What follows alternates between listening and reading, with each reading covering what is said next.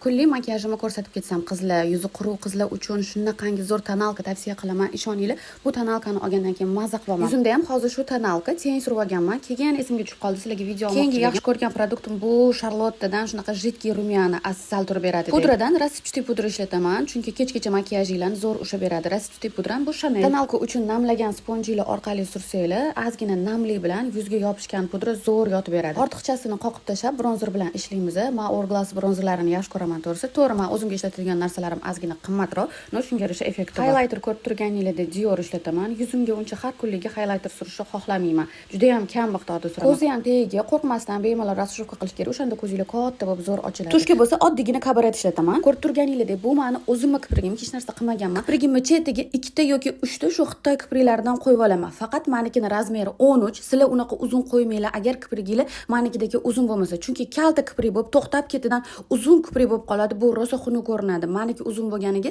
chetiga 2-3 ta qo'yganim bilinmay ketadi. Kontur bo'lsa, ko'pincha pupa bilan Mistyce ishlataman. Labimga pomada, oxirgi payt Charlotte'ni bleskini ishlatib yuraman. Agar makiyajingiz zo'r turib bersin desanglar, fiksator ham Charlotte ishlatganinglarni men tavsiya qilgan bo'lardim, lekin men har kunligi to'g'risi fiksator ishlatmayman, chunki bunaqa pudra va tonalkalardan shundoq ham makiyaj tiq etmay turib beradi. Bugungi lookim, bugungi makiyajim xuddi shunaqa bo'ldi. Bu kiyim menimcha ko'rib bo'lgansizlar. Qale sizlarga yoqdimi shunaqangi kontentlarim ko'proq qilib turing.